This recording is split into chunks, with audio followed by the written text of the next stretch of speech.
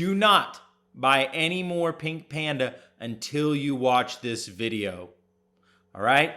David here. Welcome in everybody from cryptotutorials.org. If you've been following my channel, you'll know that over the last probably 2 to 3 weeks, my comment section has been absolutely blown up by people wanting me to review Pink Panda. I know this is a really popular, trending, DeFi platform that they're trying to put together. So I dove in. I did a long overview. I searched and figured out everything I could about the token, and I see a token with a lot of potential. But I found some pretty substantial major red flags, some things that worried me, that concerned me, and some things that I think that anybody interested in this token really should know about. So make sure that before you or anyone you know buys this token, do yourselves a favor, watch this entire video, learn everything you can about it. It is worth it if you're going to put your money into, if you're going to spend a couple $100s on a token, spend a couple minutes watching this video and learn what you can before you do it. All right. If you're looking for something specific about this, you can look down at the bottom. I'm putting timestamps all throughout the video, so you can jump to just whatever section you want to look at, because it is a rather long video. I tried to go into detail. I tried to really make sure I justify everything that I say about it. And on top of this, I'm very open to getting a developer interview. I've contacted them. I'm hoping that they will get back to me and the developers will be willing to give me an interview, because that would be a really great way for me to learn more about this token and to get these questions that I have answered. Because, nothing is clear, nothing is definitive, but there's definitely some things that concerned me. All right. Now do me a favor, hit the like and the subscribe button now. That's going to send this out to YouTube and let them know to share it with lots and lots more people, which is really useful because I want to make sure that anybody thinking about buying this platform has a chance to see and hear this information before they do it. So you're going to be helping me out, but you're going to be helping out anybody else who may be looking to buy this. I'm going to share with you everything I learned at the end. I'm going to share with you the good, the bad, and at the end, I will give you an overall evaluation of what I think the project has going for it and how I would handle it with my money. Okay, so let's jump right on in.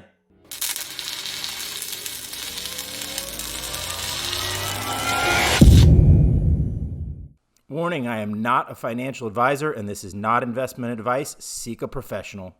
All right, guys, before I jump in and tell you about Pink Panda, I really quickly want to talk about Blockto. If you don't know, I've mentioned it on the channel before. This is a token where I got $200 worth of it for free just for doing a bounty airdrop.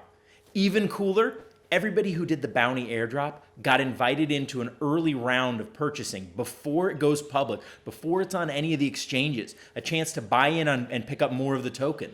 So these are the kind of deals that I teach you. If you go to getmyfreecrypto.com, you're gonna learn how to do these kind of deals. It's an hour-long video masterclass that is gonna teach you everything you need to know, okay? Make sure you take your time and do this. Getmyfreecrypto.com. For free right now, I will send you all the information. You can take this masterclass. It's worth your time. All right, so I always like to start off in the same place, and that is right here on my friend CoinGecko. We're gonna put in Pink Panda. And this mainly is just to make sure that I get the right web pages, the right Twitter, the right Telegram, all of those sort of things. Because you'll see over here, they've got, a connection to all of their different social media and that. All right, we're gonna pull on up Pink Panda's website. We're gonna talk a little bit first about kind of the overview of what the token is and what that really means. So it's a utility token for the most intricately designed mobile wallet and DEX for Binance Smart Chain, providing an easy on-ramp and beautiful interface for anyone to access DeFi with ease. Okay, so they are planning on building both a mobile wallet and a DEX, a decentralized exchange like Uniswap, PancakeSwap, JustSwap, any of those protocols where you can exchange tokens with another person, a decentralized exchange. All right, and then lastly, they're doing it on Binance Smart Chain. What makes Pink Panda different? This is kind of the most important part to me because lots of tokens can be community driven, which they are, and I'll talk about it. It's a good thing. Lots of tokens can be charitable, good, and it's another thing. But to really come out of that first, pump that most of these tokens take, you've got to have a real use case, and that's where this comes in. What is it that makes this one different? All right. First off, they're saying that they're community first. Honestly, I don't think that really makes anything different. It's a good thing. It's a positive thing. It's not anything unique. A token with real utility. So yes, they've released a mobile app, and I'm going to pull it up here in just a second, and I'm going to take a look at it and see what this mobile app looks like. That's a good sign that they actually have a functioning utility in a mobile app. Obsessive focus on design and UX. There's definitely some room for improvement. I wouldn't say PancakeSwap has the easiest user experience. I wouldn't say it's the easiest site to navigate. So there's room to improve there. The friendliest DeFi on-ramp. Okay, so they want to make it easy to get into DeFi by making this, I don't know exactly how they plan to make it easier. That's one of those things where, some of this kind of sounds like it's really good stuff, but there's not a lot of meat to it. There's not a lot of information telling me what it is that they're doing. Why is this one going to be so much better of a DeFi on-ramp? What is it that you're doing that changes it? And then, compliance, ethics, and positive vibes. And we'll talk about all of these things as we go on. And then lastly, charity and their DNA. I think charity is great. I think being a charitable token is great. It's not going to be enough to bring a token and turn, you're not going to find the next Matic because of its charitability. It's got to be because of its functional use. Okay, go down here to the tokenomics, and they made a quadrillion. They burned 50% on launch.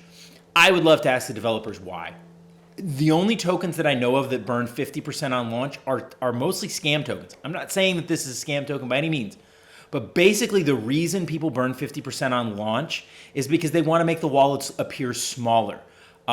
If you burn 50% on launch, then so let's say you have 100 tokens out there, okay? And you put 10 of them in a wallet. Well, right away that wallet has 10% of the tokens. But if you burn 50% of them on launch, it makes it look like that wallet has 5% in it. So it's a way of making it look like there's a smaller percentage of the overall tokens in a wallet, because a burn wallet they don't go away. They're just going to a dead wallet where they can't be used anymore. So I would love to ask them and find out why they decided to burn 50% of their tokens on launch. It's something that I'm not a fan of, and I don't like when tokens generally do this. The transaction tax, pretty standard. This is something that everybody has figured out. 5% to liquidity, 5% to holders. It works well. It means that people who hold on to the token from the beginning keep getting rewarded as people buy and sell, buy and sell, buy and sell.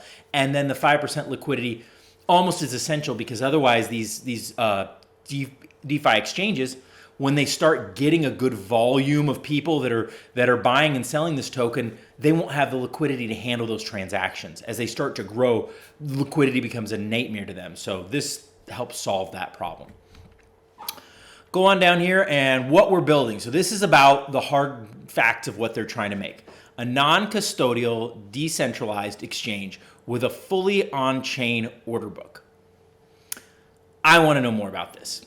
Right now, the reason why most decentralized exchanges use what's called an AMM, an automated market maker, instead of an on-chain order book.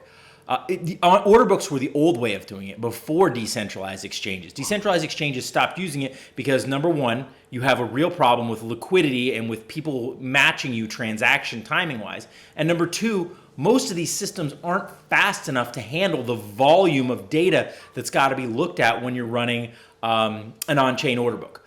I'm going to pull up KuCoin real quick here. KuCoin is my preferred centralized exchange, and they are an on-chain order book. So when I go to their spot trading, I'm going to see here in the spot trading window all this information right here. You can see over here it's got all these different data. This has got 4 different ones going here, but let's just pull up a full screen on Bitcoin real quick. So here's Bitcoin, here's its trading, here's the price it's trading at. Here are people that are selling it in the order book. Here are people that are buying it. So here's someone who's willing to sell 0.0405 blah, blah, blah of Bitcoin. And here's the price that they're willing to sell it at, 41,735.8. And here's someone else buying at 41,735.7. So these two are close, but they're not quite there. That's basically what an order book is. It's a list of different people that are buying and selling it all the time. The problem for a decentralized exchange like, PancakeSwap. I'm going to pull up Bog Finance real quick because Bog gives me a little bit more information than I get when I go directly onto PancakeSwap. And let's actually pull up Pink Panda's chart real quick, and I'll show you where the problem is with this idea of using an order book. And don't get me wrong, if they figured out a great way to do this, to successfully do this, could be huge. But I want to know what it is that they're doing different, how they managed to successfully get past this problem that other cryptos have had, and is the reason all these DeFi exchanges use AMMs instead of order books. So let's look at Pink Panda. 9 minutes ago, someone bought some Pink Panda. 18 minutes ago, someone bought some Pink Panda. 1 hour ago, someone bought some Pink Panda. I have to go back over an hour since someone sold some Pink Panda. So if you're trying to match these in an order book, you might have to wait an hour. You might even have to wait longer for someone to actually sell the token for you to buy it, because that's what you're doing. You're buying and selling from an actual other seller out there in the world who has it, as opposed to an automatic market maker where you're buying and selling from a liquidity pool and you're using calculations and computations to try and determine what that price should be. It's not an ideal situation, but the reason it's there is to try to help stop those liquidity problems and stop people from having to wait an hour to buy tokens. So please, I want to know more about this part, Pink Panda. Please do grant me an interview, and I would be glad to learn how you plan to beat this. Cross-chain margin trading with up to 5 times leverage. My best guess is that they're doing this the same way that there's a project on Solana that's doing it. That's going to do leveraged cross-margin trading with leverage. I'd love to talk to them some more about this, because this is really interesting, and the way that they're solving it on Solana is a very, very smart system, and I'd like to know if they're following that same one. Intelligent tools to make rug pulling a thing of the past. What do they mean by this? Does this mean that they can't rug pull us? Because there's nothing I see on their site, nor do I see any particular technology that would prevent them from being able to rug pull. For all we know right now, they could be doing what's called a soft rug pull and just slowly pulling the liquidity out. I have no idea, but I haven't seen anything on their site that's been able to tell me this is why they can't do it. Now, the flip side is if they figured out how to stop the tokens that are listed on their exchange from doing rug pulls, that could be even more valuable. But I can't really tell from just reading this on the site what's meant by that. Community voting, as best I can tell from the interviews, this is actually not like DAO community voting. It's not a decentralized autonomous organization. It's community voting on what to give charitable contributions to. So I don't know where that takes place. I haven't been able to find it through their Telegram, Discord, Twitter, none of it. But it's an interesting idea to let the community vote on what they want to use as their charitable contribution. A beautiful wallet interface with advanced charting tools. We're going to get into that here in a moment. I am going to dive in and I am going to download this app, and we're going to find out what we really think of it, okay? And then advanced DeFi protocol integrations in the wallet. Sounds great. What does this actually mean? Advanced DeFi protocol, I can show you 100 different web projects that use advanced DeFi protocols and mean completely different things. That it's kind of a high-level statement that doesn't have any meat and potatoes to it. So I want to know what that really, really means. Then as far as it goes, they've followed their launch, as best I can tell, successfully. They made their donations, they made website improvements. They have these influencers that are out speaking about the token. Just so you know, I am not one of them. I am not connected with this project in any way. People just on my channel kept asking me to review it. So I said, you know what, I'll do it. Down here, we've got their third donation coming and some more. And the DEX beta launch is supposed to be coming up soon. And this I'm really interested. I want to know what they've got going on with DEX. Are they planning on doing all of their own liquidity? How are they going to fill the liquidity pools? Love to know all of these details, because launching a DEX it's doable, but it's a hard project. That is not an easy undertaking. They've been featured on a few of these different ones. This is the Pink Panda Army. So I'm not really sure what that means. I don't think it's the staff or the developers or anyone working on the project. I'm guessing it's just like their, social media supporters sort of. But when I look at the picture, almost everyone in this picture looks like they're under the age of 18. They all look like, high school age kids. And so I don't know if it was just meant for fun to put them on the website and have a good time with it or whatever, but, none of them are also wearing any Pink Panda merchandise. It talks about Pink Panda merchandise. So I'm just a little confused by this picture, but looks like fun. Get involved, join the Pink Panda Army. So, Yes, I've gotten involved to some extent. There is no clickability on Charity of Choosing. There is no clickability on events. You can go to their Telegram. You can go to their wall of memes. If you don't know, this is a whole bunch of different memes that people are allowed to repost, and I think they have given out a variety of airdrop type rewards for people posting those memes. And here's some things when you're having issues buying it. Set the slippage to 11 to 13%. So that means it's a fairly low liquidity token generally. I don't think you probably have to do that anymore unless you're buying a large amount, I'm going to guess, because they should have a bunch of liquidity from that giant spike. If you look back, when they shot up to this price and that amount of volume, look at the volume, 2.6 million. Well, theoretically, 5% of that 2.6 million should have gone into their liquidity pool. So if they haven't touched it and haven't pulled anything out of liquidity, they should have plenty of it. And then this is the CEO, the proudly doxxed CEO. I've seen an interview with him. He's fully doxxed. His name is Adam. They call the developer angry, and I don't know that he's fully doxxed at all. I don't know that he's public at all as far as his participation. I just know that this guy and his participation is being publicly stated and shown, and his involvement in it. There you go. So here's how to buy it.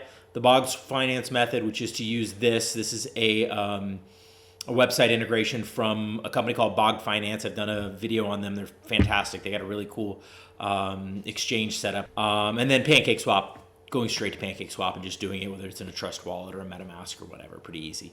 And then down here are their Twitter and social media connections. Download the app. We're going to do that here in just a second. In fact, I'm going to look at that very shortly. And then down here, the disclaimer, the privacy policy, community rules. This was a little interesting to me because this is about how to post about Pink Panda and what's allowed, community standards and things like that. Normally, the only places I usually see these type of things are MLMs because they let other people do marketing for them.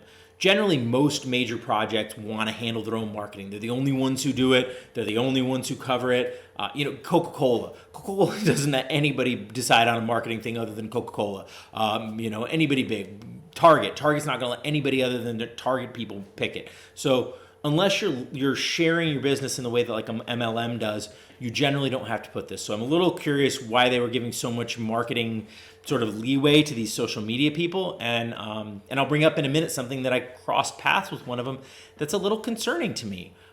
So anyway, one of those things, that's another one of my little kind of, I don't like that. I don't like when a company doesn't hold on to their own marketing and do it themselves. And this is coming from an internet marketing guy.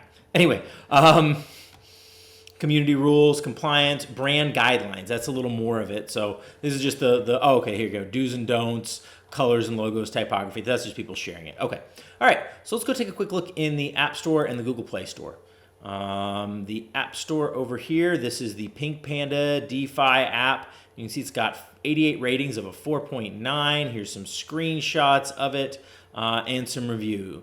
While apps are sometimes more of an afterthought in the crypto space, Pink Panda hit out of the park with its early launch and the coin's debut. There's an active link on their website with more functionality on the way. You're going to get this. This is going to be a trend you're going to read in all of these different posts, and I'm going to explain why in a minute. They're giving it 5 stars and saying, more functionality on the way. Normally, most people, if an app doesn't really work well when they download it, they don't 5-star review it and say, better things coming. It's usually kind of about what the actual app is at the moment. I give them credit for getting an app out. Don't get me wrong. Thumbs up to you. Good work getting it out. But there's some parts of this that I don't like the way it was handled. Great potential. Simple and useful. Great potential. A lot of potential. So interesting. Let's take a look back and go look at the Google Play one. Now you look at Google Play. They're going to have 245 reviews with a 4.9 total. But let's take a look at these last 2 that are on here. It's just a general listing so far. I have another legit BSC token that doesn't show up. It doesn't auto refresh. It doesn't have a lot of information on there. This app is utterly pointless right now. It only shows a small number of your tokens, no charts, no information at all on the total value. Honestly, have no clue how anybody can give this more than 1 star. You'll notice these have the most likes of any of the posts. Beyond that, you're going to see a lot of them that look like this. The updates keep coming time and time. The progress that has been made is astonishing. So everything is sort of, all the 5-star reviews are future-based. Let's talk about what's coming with the token. Let's talk about the exciting things that are coming with the token.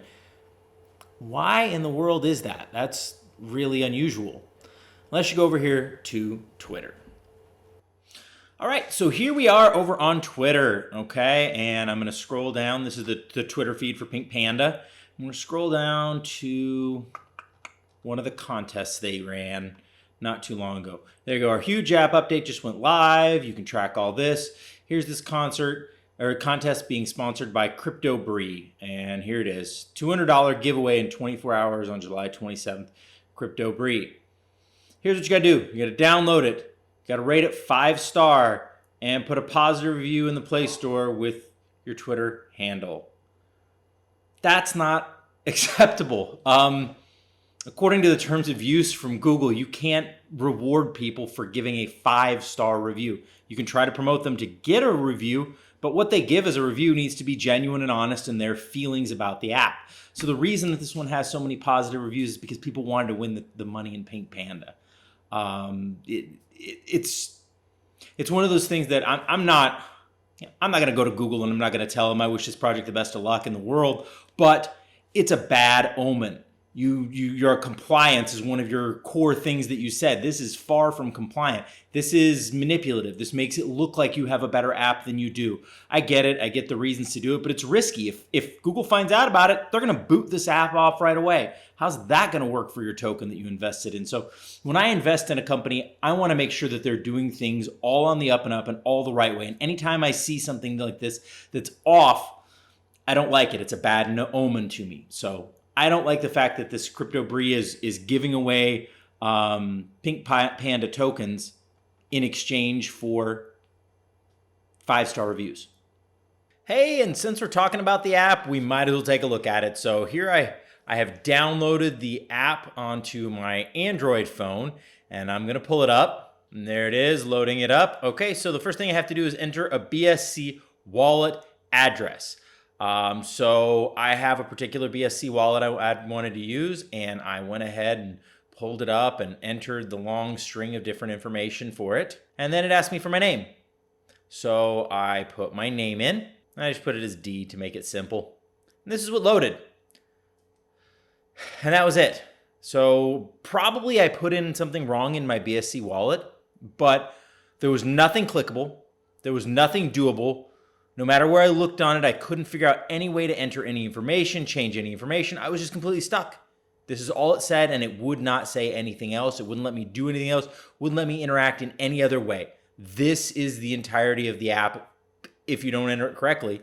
From what I understand, if I entered it correctly, it would show me balances in the tokens, and that's it.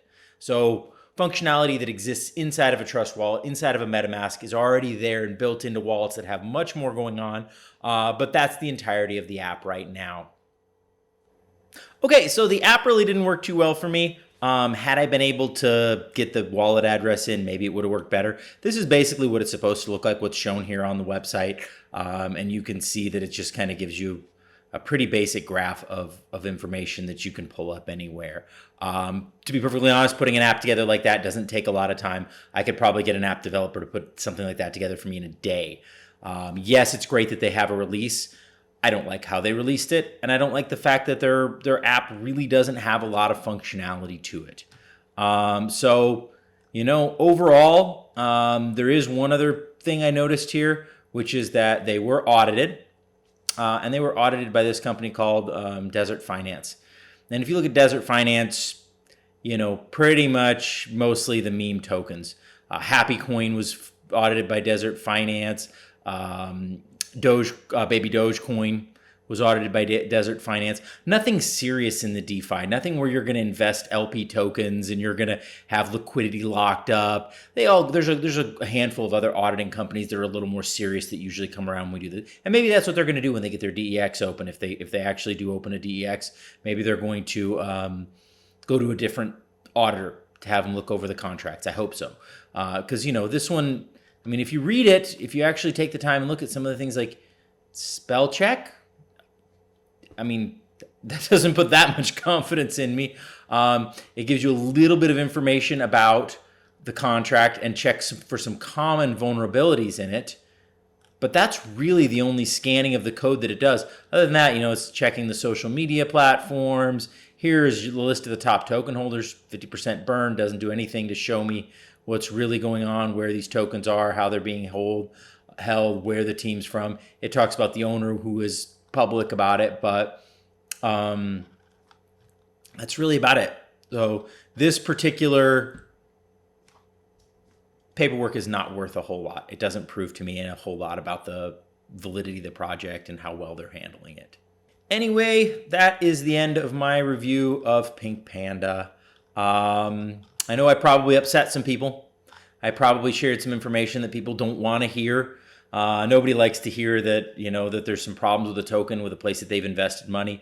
And I'm so open to have the owners come on, the devs come on and talk to me and answer these questions. I would love to get good answers for them, because I want nothing more from this project to be successful, to give lots of money to charity. I think the idea of creating a mobile first interface on BSC, a mobile first interface for swapping tokens to DEX is a great idea. I do think that PancakeSwap is a pain to use on mobile. In fact, I think that Bog Finance is kind of a pain to use on mobile too.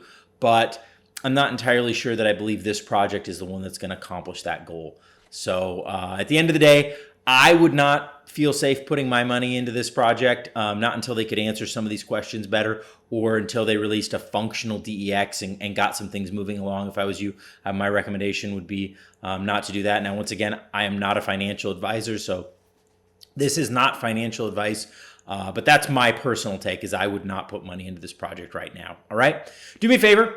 Put comments below. I know there's probably lots of great questions about this, and if I can, I'll bring them up with the devs. Please fill my comments. Ask me lots of questions. If you disagree with me, explain to me where you disagree with me, where I'm wrong about this project. I would love to hear that.